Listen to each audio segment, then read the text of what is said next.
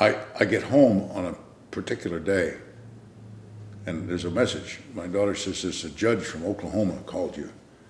I said, so I figured I knew what that was about. And Chief Judge Russell, the Western District of Oklahoma, called and said, "I'd like to appoint you to represent Terry Nichols." Steve Jones had already been appointed to represent Tim McVeigh. And I said, "Where did you get my name? I'm in Austin, Texas. This case is in Oklahoma." What? He said, "Well, I saw a videotape of you at the Smithsonian, because there had been this program years ago, and I had done a mock death penalty summation." And he said, "Oh, and I checked you out with a Fifth Circuit judge." And I said, "Who would that be?" And he said, "Well, I don't know that I could tell."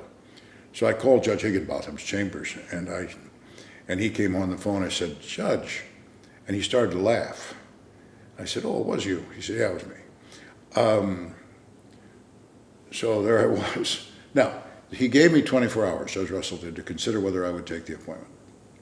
I'd been chair of the ABA litigation section. I'd been talking to people about what our responsibility is. It didn't seem to me I could say no.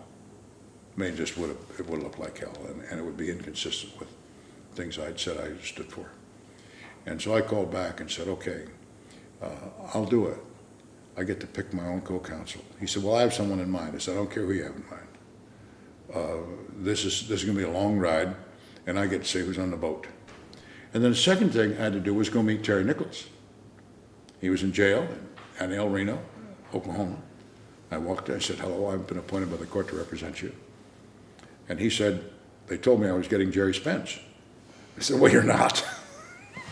So we then, I don't know how I then had to do what I think you always have to do when you're appointed by the court, because this is not a contractual arrangement. You have to do something that shows the defendant that you're going to be a fighter.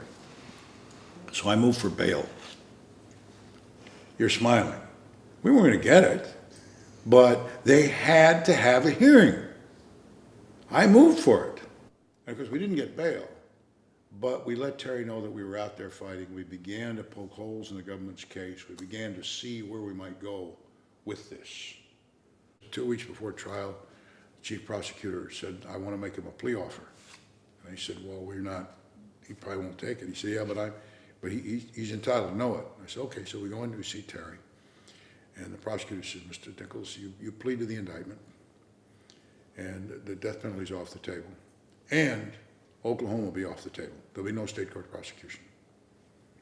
And Terry said no. And the prosecutor said, "Mr. Nichols, I'm offering you your life." Terry said, "Well, it isn't really yours to offer now, sir, is it?"